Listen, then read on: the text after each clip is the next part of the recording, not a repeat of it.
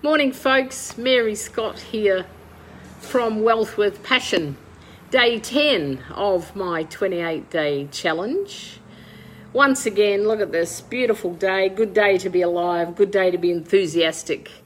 Well, today's theme is procrastination. I nearly thought about not coming on this morning. Procrastination, and what does it mean for you? Procrastination, the thief of time. Well, you know, procrastination's an interesting one. I think sometimes procrastination has actually got a lot to do with fear. Fear of what will happen. You create a story about what might happen. And then you just get into analysis paralysis. Just thinking, overthinking. Rather than the doing, the action. Procrastination really takes you nowhere. It's a kind of a dead end thing, really. And you remember, you get what you think about. So one of the things, if I'm speaking to you today and you're a procrastinator, and I think one of the things that help people through that procrastination, because quite often procrastination is just staying there. You're stuck. You may as well, bury your feet in the sand, really, because you're not going anywhere. I think one of the things about it is to, once again, and I've been saying this a little bit in these videos, is you need to build some awareness about what it is that you do. And if procrastination is one of your things, then I think you have to face it head on. And one of the things that I believe that helps to move people out of that is that, okay, here's what, you realise you're procrastinating, you look at your watch, okay, I'm only allowed to procrastinate for 45 minutes and then I have to make a decision. I have to move myself forward. So you actually make yourself accountable and then you reduce it down. So tomorrow, here I am again, procrastinating about another issue, yet again. Okay, I'll catch myself, I'm in awareness, I know that's what I'm doing. I can only do this for 30 minutes.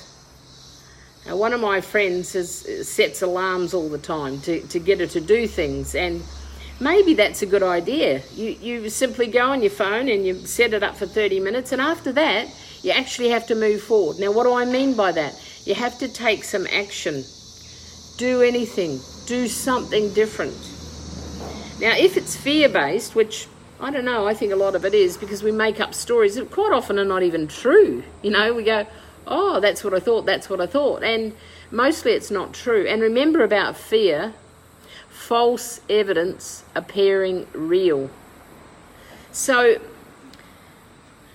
stories that we make up about ourselves, avoiding things, delaying tactics.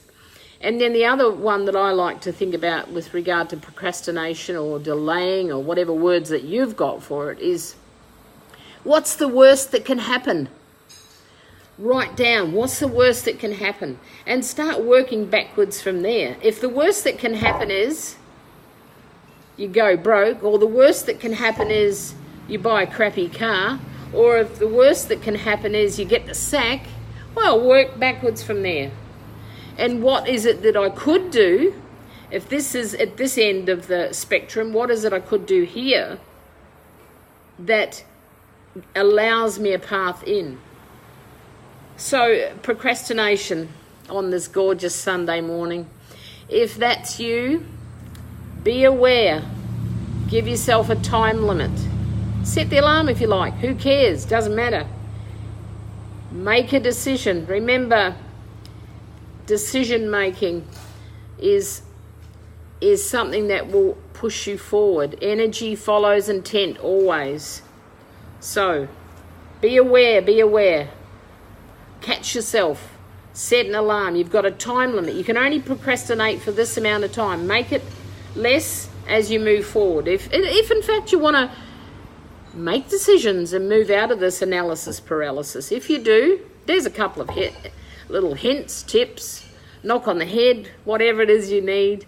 And most of all, be positive, be awesome. Bye for now.